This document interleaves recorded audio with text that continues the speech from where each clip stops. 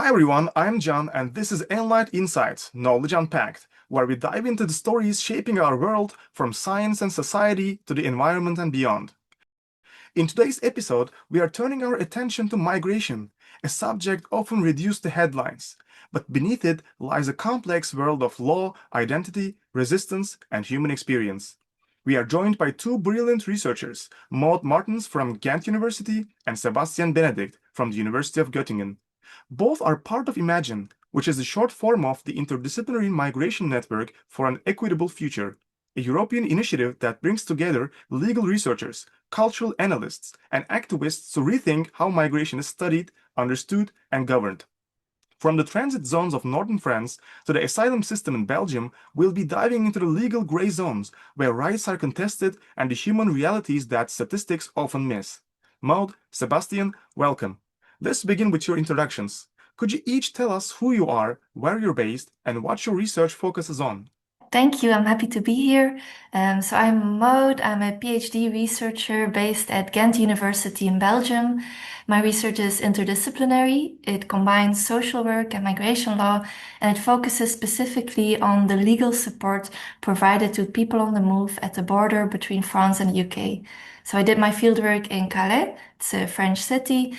And during the time of my fieldwork, the UK introduced its Rwanda deal, so a policy that was aimed at deporting people seeking international protection in the UK to Rwanda. And it was designed to discourage people from making the journey to the UK in the first place. So my research focuses on this context, looking at the challenges faced not only by people on the move, but also by those offering legal support at the border.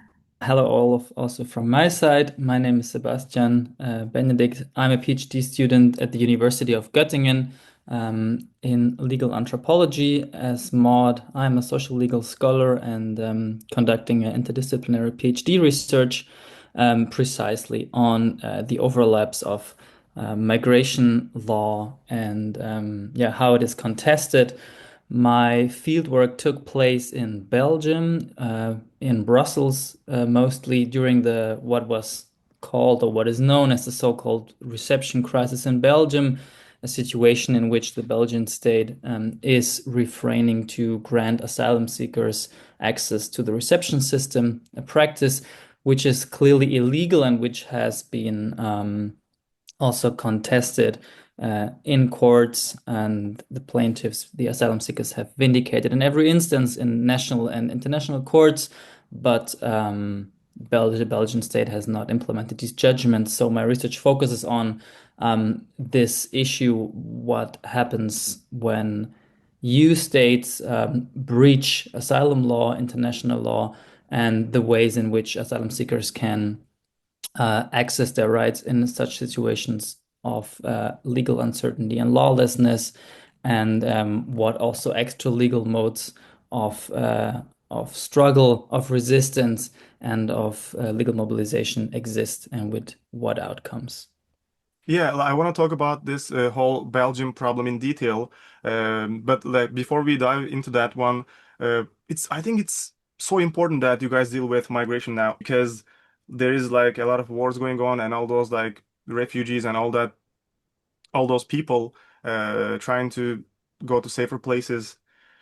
And yeah, it's a tough time, right? But yeah, before we get into that, how did you both get drawn into this whole migration research thing?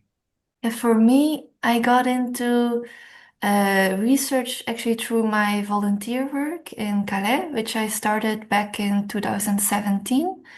And there I met people from all kinds of backgrounds and saw just how complicated and difficult their journeys were. And I guess it made me think more critically about the effects of certain policies on the lives of people on the move. And gradually I also felt maybe more able to challenge some of the narratives or assumptions that often shape how migration is discussed and also governed. So yeah, I decided to write about this topic for my master's thesis in conflict and development studies. And I guess that research sparked conversations with my current supervisors, which kind of how the PhD began. Yeah, for me, It's an interesting question because I realized only a couple of years ago that through a history of flight in my family during Second World War, the topic of migration and of refuge was always very present in my life. I think that's the reason why I started engaging as an activist during the long summer of migration 2015, where I was active in the Balkans, in Greece, but also in Italy for roughly 1.5 years.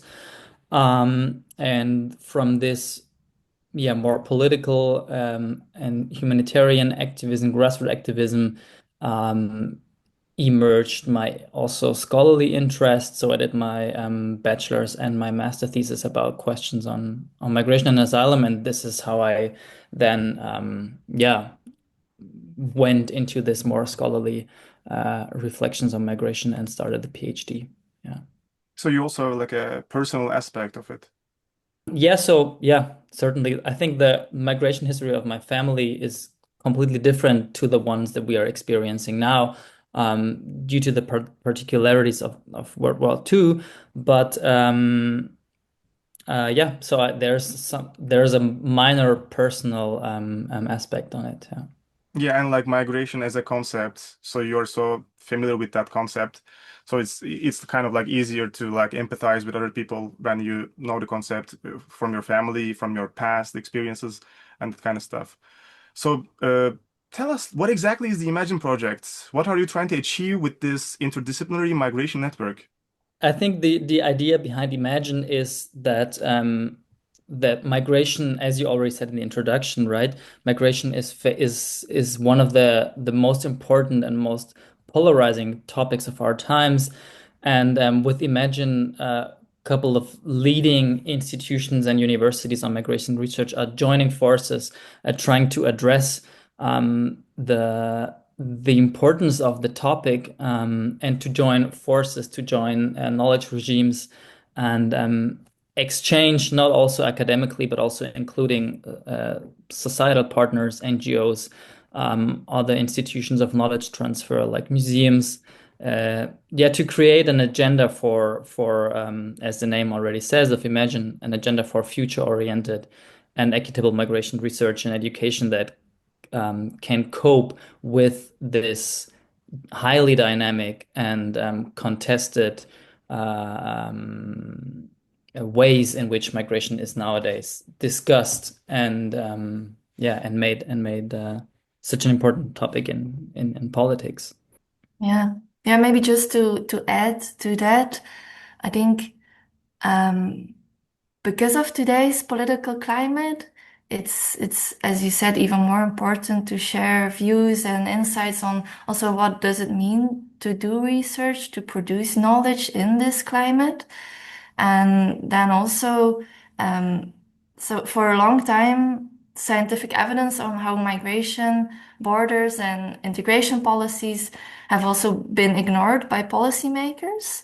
So we know, for instance, that repressive policies do not lead to less migration, but then to increase the relative share of irregular versus regular migration, but also that it leads to more dangerous routes, that it feeds the business model of smugglers. So there's a lot of scientific evidence on this, but many policies across the world have done precisely the opposite. Um, so I think it's important to see how do we deal with with this knowledge, how do we try to influence policy or not, what are we actually doing, what are our aims. That's a very interesting point. So sometimes the governments are like more restrictive, but more migration happens in those countries. Is that true? No, what I wanted to address is that it doesn't impact the how much migration there is. It's more that it increases how many irregular migrants there are Hmm. versus how much regular migration there is. It just forces people to take illegalized irregular routes instead of um, migrating safely and humanely and legally in a way. That's right. So, did your understanding of migration change through like doing this research? I'm sure it has. And like in what ways? For me, I think first of all that people can't be neatly categorized into like refugees or economic migrants, because through working closely with people on the move, you see how misleading and also exclusionary those categories, those legal categories actually are, because people's reasons for moving are really complex and they also shift, and many people don't fit into a box. So they might be both a refugee and an economic migrant or shift between the two over time. So what I think I learned is that these categories function also more as like political tools to control and to exclude. So one of the biggest things I think is that migration laws aren't neutral, they aren't fair, they don't treat everyone the same, and they reflect deeper histories of inequality, of coloniality, which means that they reinforce hierarchies based on race and gender, nationality, and class. So, what that means in practice is that some people are welcomed, they are offered protection, they're given rights, while others are pushed into dangerous and unstable conditions or even criminalized. Yeah, so I guess what doing this research taught me was that migration is about power, so that some people get to move freely and others can't or get stopped. And this is based on those categories that I just mentioned, which don't resonate with the lived experiences of people. Thank you, Maud, for going first so I could make up my mind. I think I totally agree with everything that you said. And I would like to add that for me, it was a process. And one of the first things that I understood was the concept of borders. So you cannot do migration research without doing border research, I think. And like before, I thought the border as a like this line, this demarcation line that separates one country from another. But being in touch with people who contest these demarcation lines helped me to understand what borders actually are, that they are omnipresent, that they are rather spheres and zones than these demarcation lines, and how and yeah, what role they play also in the production of migration and illegality, as Maud already stressed, and how misleading this discourse that emerges out of this, of those who are on the other side of the border, of the others, is. And this is also, I think, why I then engaged with legal anthropology, to break up this separation between us and them, and this vision of the border as a separating entity, but rather to understand and to also produce knowledge about borders as being everywhere and nowhere at the same time, for some. And what it also helped me to understand, and I think this is often overlooked, is what is actually negotiated in the field of migration, which is much more than just the individual stories or the status determination, as Maud emphasized, which is completely misleading. But migrants are on the processes of migration are actually negotiating the concept of the state, the concept of the nation state, but also power, and democracy, and law. And I think my engagement and interest for law came precisely through migration, because it is so closely linked, and we will talk about this later, to law, that yeah, migration per se questions the concept of sovereignty, of law, of international law, because it takes place in a plural legal environment. And yeah, it demands us as migration researchers to also question these concepts of law and how it is used and weaponized. Yeah. Yeah, yeah. Thank you so much. Yeah, like migration and law, they're like so closely related, right? So connected. And now I want to ask you guys questions about your like fields of research and at the same time what you do in your countries, the countries that you work with, like the countries that you studied actually. And let's start with Maud. So, Maud, your research takes you to northern France, I guess, to these like transit zones where migrants are like navigating legal challenges. Can you give us a picture of what that actually looks like on the ground? Like, what does a typical day of your field work involve? So, as I said, my research takes place in Calais, and I refer to it indeed, like you said, as a transit zone because most people there attempt to cross the channel and reach the UK. But because of the heavy securitized border, many people end up there stuck for weeks or months or even longer. And in Calais, that means living in very precarious conditions. So people are sleeping rough in tents or makeshift shelters, in forests, in industrial zones, or under bridges in the city center. And they go often without access to basic services. And then police evictions happen very frequently, so almost every 48 hours in some places, which means that people are just constantly displaced. Um, then, for clarity, at the same time, there's also a solidarity infrastructure. So NGOs and grassroots organizations or citizen collectives, they distribute food and water and clothes or tents. They also provide legal support. So that's the focus of my research. Legal support in such a context is quite complicated in a transit zone for multiple reasons, actually. So, on the one hand, it needs to address both the French and the British legal system. Then, most people I meet in Calais already applied for international protection in other European countries, which also can complicate a new application. Then, as I mentioned at the start, the UK-Rwanda deal together also with other punitive policies in the UK, they began a very turbulent period of legal instability, of uncertainty, and then maybe also the practical challenge of doing this work in a precarious setting where people are constantly on the move, exhausted. So I guess that already gives a sense of what it looks like on the ground.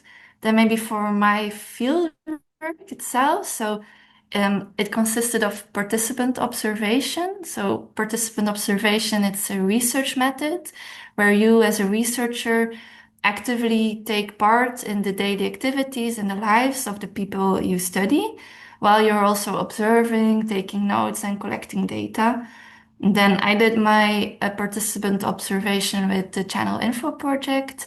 This is a grassroots project that seeks to respond to the changing information needs of people on the move in northern France by providing multilingual but also up-to-date legal information about, like I said, both the UK and the French contexts.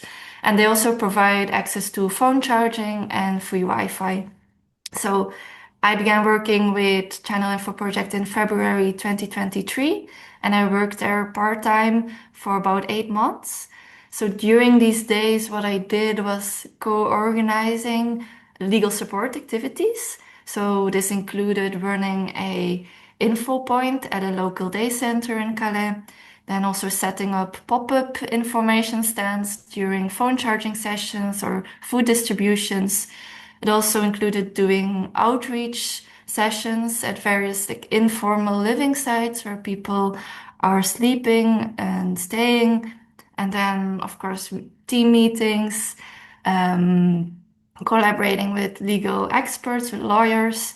And then in a later stage, also doing a lot of interviews, both with legal support providers and with people on the move. But like at the same time, you talk to the migrants themselves, right? Like it's an active on-field research thing. Yeah, exactly. So I work as part of the team and I provide legal information to people on the move. I Mhm. referred them to other services. So that's one part of it. Then in a later stage, what I did was go back together with cultural mediators who speak the language of the interlocutors and try to invite them for a bit of a longer conversation and also explain more about the research to them so they're completely also aware of what I'm doing, what my role is there, and trying to do an interview, but in an informal way as a natural conversation. Yeah, like when we talk about the concept here, it's sounds so sad, and we are talking about these like uh, daunting concepts, but actually what you're doing is quite amazing because you go out on the field and you help people out, right? You talk to them, you understand them, and we try to make the world a better place, right? Yeah, I also guess by just being um, active there and being there for long periods of time, you also understand the situation better and then can also better um, think about how to approach people for an interview, what questions to ask. And it's also a way of giving back, of not just taking information and leaving, but also trying to give something back, even if it's very small things that you can do in such a situation. Yes, yes. So, Sebastian, you're looking at what you call the reception crisis in Belgium, right? Where authorities are essentially ignoring court rulings about asylum seekers' rights. How does a state just ignore its own courts? How does that actually work in practice? Well, it's a good question, and unfortunately, it's very easy to reply because just to explain, like in Belgium, as I already said, asylum seekers who, upon the very moment that they ask for asylum in a state, that's international law, have access to certain services under which falls reception, so shelter, and this. Obligation, this duty is not met by the states, so it was deliberately and systemically is not granting reception to asylum seekers, mainly single men, I have to emphasize here, but there's also, it happens that also families and minors are on the streets. So this is the first illegal thing that is happening. So the state is ignoring, breaching uh, the law. And then, and this is what I'm looking at, people can mobilize the law, mobilize their rights, and go to courts and contest this, which is a nice thing that it's actually working. But then what happens if the court decides in favor of the plaintiffs, the asylum seekers, which all the courts did because the situation is so clearly illegal? Well, then nothing happens, and that's why I said it's so unfortunately so easy to reply, because we are here facing a problem, but also a strength of the democratic society and the balance of power that until now, not always and not everywhere, I'm talking about Belgium in general, but Western EU states, it functions because the different powers in the state respect each other, and the states, as being democratic states, stick to jurisprudence and to the judicial mandates they have and to the court orders the courts deliver.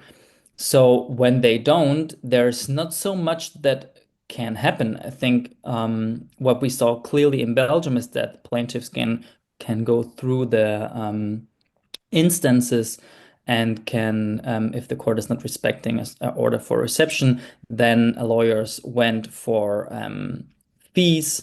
And so the state would have to pay a certain amount of money to the asylum seeker in the street every day without reception, but the state was not paying these fines. And so this went on and on until the European Court of Human Rights, whose judgment was also not enforced by the Belgian state. What the Belgian state did was that politicians were saying, yeah, it's an emergency. We are trying to keep up with the reception need. We are increasing the capacity and so on and so forth. But we have this crisis ongoing for a couple of years now, and it's not solved. And all these court decisions are not enforced. So how it happens in practice, it just happens, and the state it's a bit hard to say, but knows that there's not that much that will come after these courts, but the state itself. So yeah, I think this is something that's also why this example is so particularly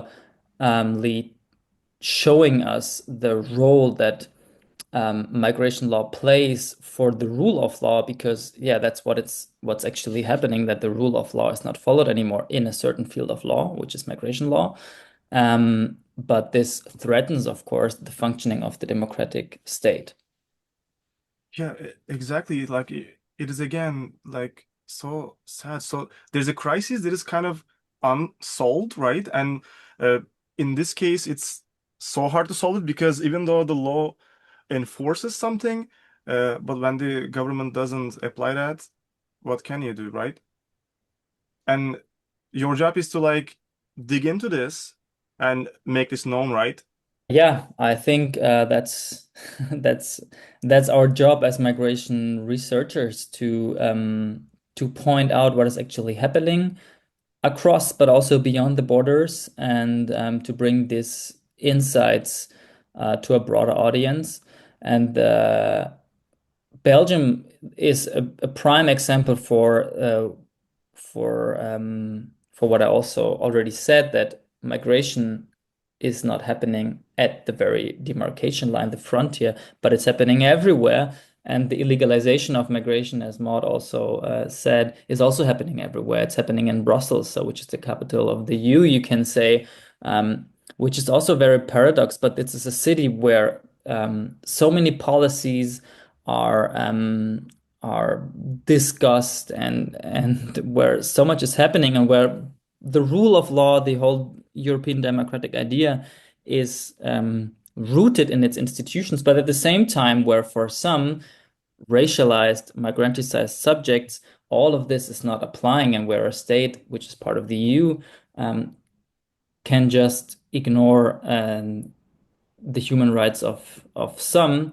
And yeah, I think it's our job to point this out, and to share this knowledge, and to also so that's what I did in my research, to also join this collective legal mobilization that is going on. For example, I was submitting empirical evidence to the courts to yeah, to underpin the legal claims and the litigation efforts of the lawyers. I was very closely cooperating with the lawyers to yeah, also to create an added value of migration research, because what we are often facing is that we are sitting in our ivory tower as academics, and our research is not so much impact on the in the field, right? But I think especially when it comes to these situations of um, rights breaches that we as migration scholars are witnessing in our field research on an everyday basis, making these public and sharing our knowledge with legal practitioners is a way that we can refeed to the research field. Yeah. Yeah. So both of your research actually involves people in incredibly vulnerable situations. And actually, you like answered some of that, but how do you balance the need to document what's happening with the ethical responsibility to protect the people you're studying, actually? This is a very difficult question for me, and the reflection on it is something that accompanied me through my research. I refined also my research approach and my methodology during during the field research. Yeah, precisely because I realized that the requirements in terms of research ethics can also change over time. Because when I started the research, the so-called reception crisis was starting, right? I mean, there were reception crises before in Belgium. They also happen in other European countries, but in Belgium, where I was, this reception crisis that is ongoing, which I researched, was starting. So at this point, talking to asylum seekers in a status of non-reception was a totally different thing to talking to them 2 years later, after being for months and months in the streets, and their needs shifted, their situation of vulnerability shifted completely. and also their ability and their will to talk to researchers, and also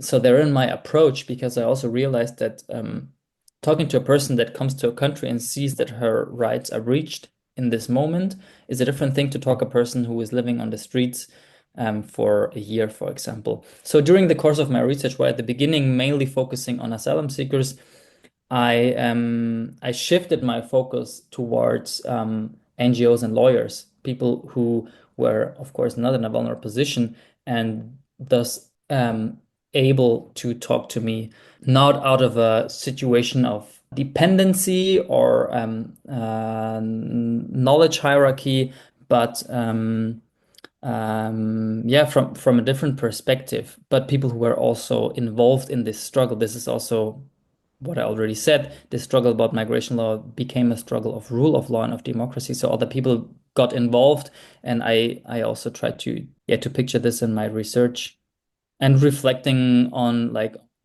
on an everyday basis, whom am I talking to? Why am I talking to these people?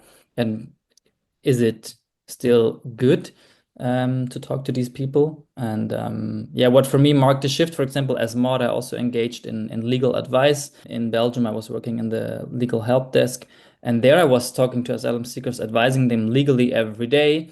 But in these situations, I could assess and could also talk to these people whether this conversation or whether our engagement is one of that can also be used for research purposes, or if it's just my job as a legal counselor to advise them, to assign them a second line lawyer, and that's it. So yeah, for me this was very but yeah, was a big change in my research, this shifting focus from asylum seekers towards lawyers and other practitioners in the field. Yeah, yeah, I completely agree with what Sebastian just said, and especially the point about doing research with people who are living in precarious conditions, who are living on the streets. So that also like, required me to really adapt my research. So I still did it, but with many like precautions in a way. So I guess working with people in such precarious and often also traumatic situations in an interview setting, I guess it means also being very attentive to signs of distress, to avoid certain topics, certain re-traumatizing topics, like recognizing the emotional weight that certain kinds of questions also can carry, even if they may seem simple at first. Making space for participants also to pause or to step away from the interview whenever they want. As I said, I also collaborated with cultural mediators, which also helps build trust and also ensures a bit more careful communication. But I think there's also more layers to this question in a way that, just like Sebastian said, it involves reflecting on who will this research serve, to whose benefit is it? Like, will it justify in a way like restrictive state policies or strengthen policymakers to put those into place? Or will it, on the other hand, amplify the voices of people on the move and maybe help imagine other ways in which we can respond to migration? I guess there's also the risks in terms of how you represent people.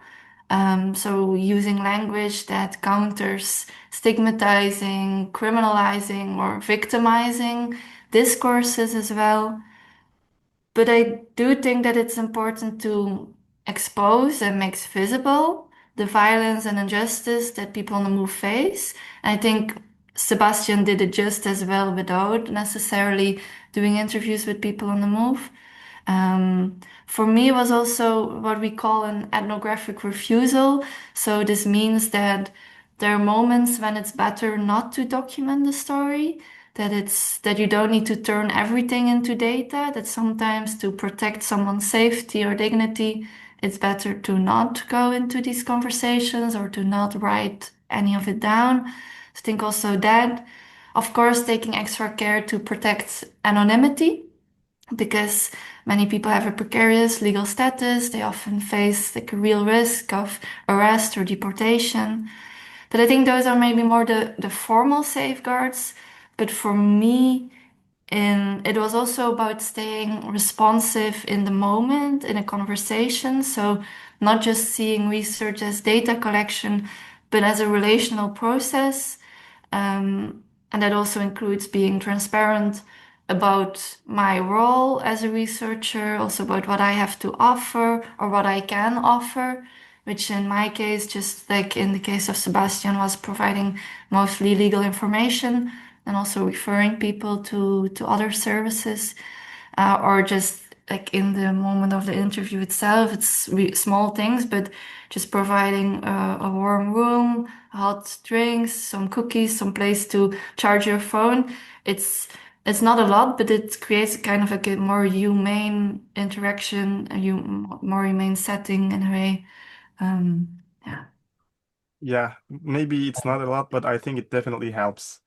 So let's talk about Imagine Network. So Imagine involves partners across 5 countries, right? Are you seeing different approaches to migration in different European contexts, for example? Do you mean in terms of policy or in terms of research? Uh, Uh, it can be both, but yeah, maybe as a policy as well. The way we see migration in Belgium, for example, and in France, for example, maybe in Germany. yeah, I think keeping it superficially, yes, of course, every Mhm. country has its own mechanisms, laws, policies, follows its own agenda. Um, on the one hand, on the other hand, we have in the EU or in Europe centralized approaches. We have international law, European law that countries have to follow. We have common European asylum system, which needs to be implemented in national law. So there is sort of a common direction, but precisely what we see and can monitor nowadays is this tendency of European states of in German we say cook their own soup. You know, they there is an increasing tendency of politicians saying, yeah, but if these European laws are not in line with what we need as a country, we should just overthrow them. We should exit international conventions. We should follow our own approaches towards migration. And so this is more a general tendency, right? So we have this European common approach, but at the same time, more and more countries are following uh, right-wing populist claims to approach migration differently, more nationally and restrictively, which are followed and gained stage and importance also on the international level. So yeah, I think this is the general tendency. Well, yeah, in terms of academia, I think this is something that the network Imagine aims at, right? Of bringing together these different international perspectives, not only across disciplines, but also across, yeah, the ways we in different countries, institutions look at migration. And we see the need to join our forces, our disciplines, and all and our gazes that are certainly influenced by the states in which we are living and researching. So I think here, yeah, taking this into account, that was also one of the reasons why Imagine was built. And I think what also stands out in on the meetings as a network, the Imagine meetings, is the similar patterns no matter where people are working, right? So there's legal uncertainty, there's inadequate reception conditions, there's securitization, there's policies that are designed to deter people instead of supporting them. So I think these kind of trends they show up again and again. No matter the national differences in a way. But for me, what's especially valuable in this network isn't just comparing how states approach migration, but also seeing how different groups and people respond to it. So also solidarity networks, advocacy organizations, also some local authorities who can find creative or practical ways to support people on the move. So these kinds of responses, I feel, vary a bit more depending on the local setting. So I think the problem is like familiar, it's like frustratingly familiar, but it's the way that people challenge or resist or navigate these problems that for me I think is most inspiring in this exchange in the network. Yeah. And like you, as researchers, when you're faced with government on one side, law and people like migrating people on the other side, and when you present your research, how do people react? Do you face pushback from the, like, I don't know, government side? To be honest, I don't really face pushback. Um, I guess I tend to present my research in spaces where people are broadly like-minded. I think that reflects more about the circles in which my research is situated and how far or not far my work is reaching beyond those circles. So I guess the fact that I haven't encountered a lot of pushback is more a sign of limited engagement of myself across political or ideological divides. But on the other hand, I do need to always be mindful of how my words cannot be taken out of context or weaponized for other purposes. I guess, especially in such a politically charged field like migration, there's always the risks that parts of your research is misinterpreted intentionally or not, but also to support agendas that I don't agree with. So even while I'm not facing direct pushback, like you suggest, I think I need to constantly be aware of how knowledge can travel, and also once it's out there in the world, how it can be reshaped and interpreted. So that does influence how you, I guess, as a researcher, frame things, how you publish, how you communicate findings. Yeah. Don't know if you have anything to add to that, Sebastian, or maybe you do face real pushback. I'm curious. I agree with everything that you said, and I think it's very important to be aware of the knowledge we are producing and where we are sharing it. I think in general it's difficult to break out of the bubble. I was thinking about situations in my research or in Belgium where I was talking to a wide range of actors, also from the political spheres, let's say.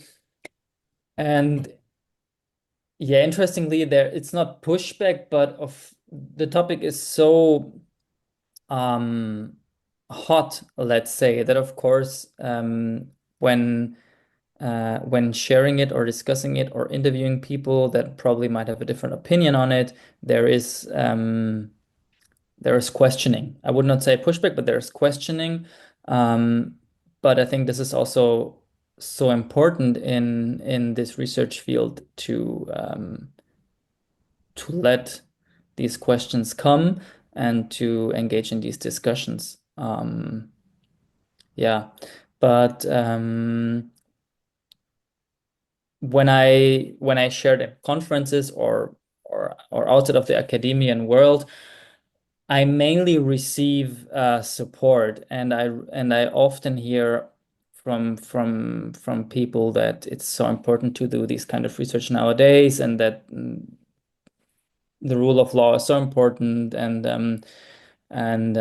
people also come with questions because the world is so difficult in a way now, and migration is so polarizing. It's made so difficult that people often look for information, and I think it's also our job, and that's also part of Imagine's idea to share insights of this over complex world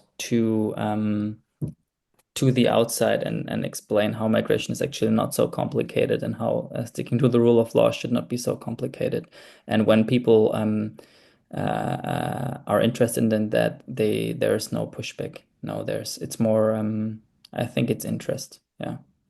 Yeah, I really completely agree that your research is so important. I mean, I live in Belgium. In the Belgian context, it seems so easy for the government to convince the broader public that their inaction is justified, like by framing, as you said, the situation as exceptional, as unmanageable. There's too many people to accommodate. It's so easy for the broader audience to just go with that information and just be convinced by that.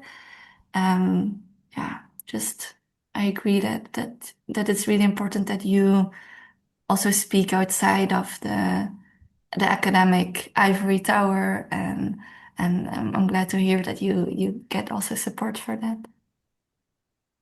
Yeah, it's so important because sometimes you confront governments, and like as researchers, it must be hard to deal with all that legal stuff and facing governments. And on the one side, we have migrants, on the other side, the governments, and their like rulings. And yeah, we talked about the legal stuff, and I want to ask you about the other side of things. How do migrants you work with view researchers like yourselves? Like, do they trust academics? When you go out on the field, when you talk to them, how does it work? And for me, there was definitely a sense of distrust towards researchers. And I think it also makes sense. I mean, many people on the move have been through asylum interviews, police interrogations as well, which are incredibly stressful and sometimes even traumatizing or re-traumatizing. So I think when someone comes in and asking questions again, it can feel like more of the same. Um, so yeah, what I tried to do, as I already said, I tried to approach them in an informal way. I was so lucky to have cultural mediators who explained the research to people in their own language. Um, to really make an effort to explain what I'm doing and why, and let people themselves decide how and if they want to participate in this research. But to be honest, it's not always easy to explain what I'm doing. I mean, not even to family or friends. So let alone to people who you don't know, who live in a very precarious and dangerous situation and have also every reason to be cautious. So yeah, just being as transparent as possible, I noticed was necessary, but also, like I said, trying to be useful in some small ways also can go a long way in building a little bit of trust. Um, yeah, I completely agree with everything Maud said. I think what is also particular about both our researches is that we did such long-term endeavors, ethnographies, and by embedding oneself for months and years in a research field, people also get to know you as a researcher, become familiar with you, and you can build up a relation of mutual trust, which makes things much easier. Um, and what I experienced is, yeah, the same as Ma, that people are often reluctant to answering questions over and over again. Um, and um, what I also found interesting is that migration research often had the idea, and critical migration research probably more, of um, sharing the views of the people on the move. But I think what we as critical scholars also acknowledge and have to acknowledge is that the people are speaking for themselves, right? They are here, like the subaltern, they are speaking for themselves right now.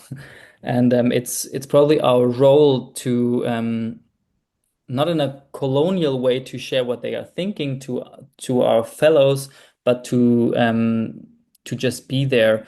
And for me, it was very, very interesting in this Belgian context where political mobilizations played such an important role, where asylum seekers were occupying buildings, organizing huge protests together with NGOs, with activists, with lawyers, seeing how they themselves engage in this mobilization, how they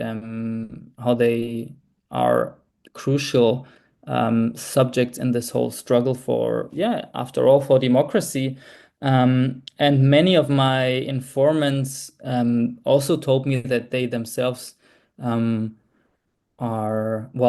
the idea of writing down their stories, of doing a research themselves, of writing a book themselves.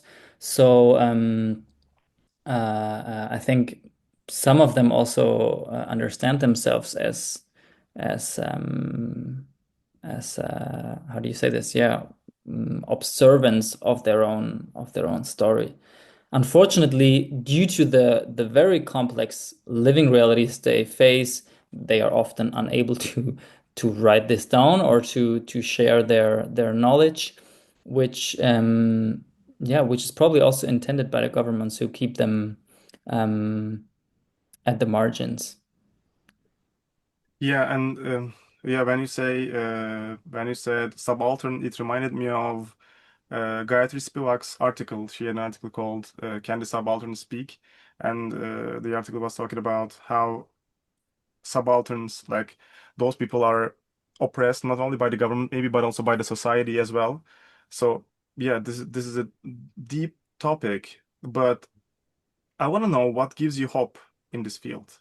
What keeps you motivated when the political climate is so hostile like this? Mm, it's tough. Sometimes it's really tough. I have to admit, but what really gives me hope is this that the subaltern are actually speaking, that they are not only speaking, but that they are mobilizing rights and reinforcing our democracy or rule of law, despite being labeled as illegals or excluded subjects, and that these mobilizations actually function.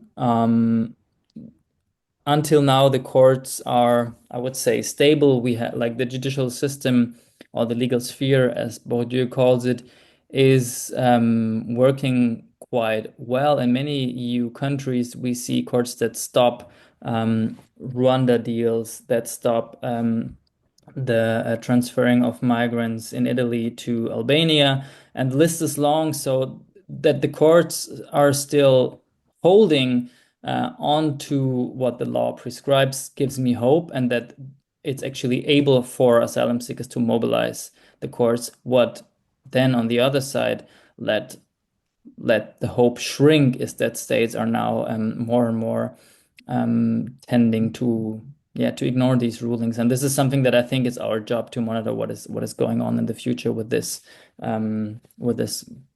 paradoxical situation. Yeah.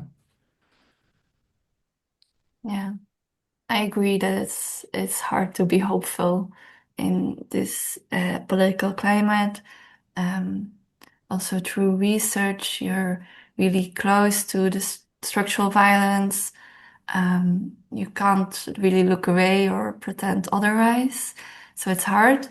Um, but the point that Sebastian made really resonated with me as well, that um, if people on the move, despite everything they face, can remain hopeful, then how could I not, right? Um, and in my research, because of this context of deterrence policies, trying to discourage people from having hope, actually, right? Trying to make them hopeless. Um, I think we can see hope as a form of resistance. Because in Calais, I think hope is what helps people keep going and keeps dreaming about like a better future. Yeah, I completely agree, and I think maybe we can like we could discuss the word hope for a long time, right? I'm sometimes not so sure if it really is this concept of hope is really apt to the situations that the people we are that we are talking about now, probably it's not the right concept, but the struggle is going on, and they are not losing the motivation to struggle and to claim their rights and to claim their presence. And probably this can give hope, or this can give us the motivation to go on and to join the struggle. And yeah. Yeah, but like hope is something like that, right? It's like the box of Pandora. Like when everything goes away, it's what's left inside, right? And as long as they have hope, and as long as we have hope, there is hope. And so, if a policymaker or someone in the government was listening to this podcast, what would be your main message? So, what needs to change? Let's make our voice heard. What for me comes to mind first is to ask policymakers to take a step back from using certain policy terms, like asylum shopping, for instance, and try to look more closely at the realities behind them, because these terms often obscure more than they explain, and they reduce people's trajectories to policy problems. Um, while their trajectories and decisions are actually responses to real and structural failures of a system. Because people on the move, as I said before, they move between Europe because the system is deeply uneven and hostile, and they're seeking safety and dignity. And when that's denied in one place, they try somewhere else, right? That's survival and it's not manipulation. While policy terms like asylum shopping often implies this manipulation. So I think I would uh, ask them to rehumanize the way migration is talked about, in the hope that policies will also change with it. Yeah, so the last question. For our listeners who want to understand migration better or maybe get involved, where should they start? How can people engage with this topic constructively? So, well, I think what is always a good first step is to try and see what networks, what institutions are around me. And I think that would be the first step. So check what NGOs, what cooperatives are at place where you're living, try to get in touch with the local community, with migrant communities or intercultural centers whatsoever, and trying to overcome this perspective on helping, and to get to one of contact, of understanding each other, and yeah, spreading the value of migration, not as a problem, but as a part and probably the mother of our society, and yeah, understand this and sharing this notion. Yeah, and next to that, I guess on a more academic level, Imagine unites 5 European research centers in migration, law, and cultural studies. So if you look at Imagine, you can find all of these centers. For me, I'm a member of CESMIR, which is the Center for the Social Study of Migration and Refugees at Ghent University in Belgium, and they include over 100 researchers from different faculties. They organize university-wide courses for students, but also practical trainings for practitioners, for policymakers, and also involve a lot of different stakeholders throughout the research process. So I also think on a more academic level, that's a good place to start, to reach out to one of those centers or follow their activities on their website or social media. All right. Thank you so much, Maud. Thank you so much, Sebastian. Thank you. Thank you. And that's a wrap on this episode. A heartfelt thank you to Maud Martens and Sebastian Benedikt for sharing their work and the human stories behind it.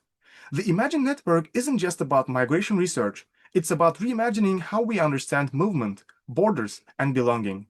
It's about bridging law and lived experience, theory and practice, to support a more equitable future for migrants, researchers, and society as a whole. As always, thank you for listening. Keep questioning, stay open, and we'll catch you next time on ENLIGHT Insights, Knowledge Unpacked.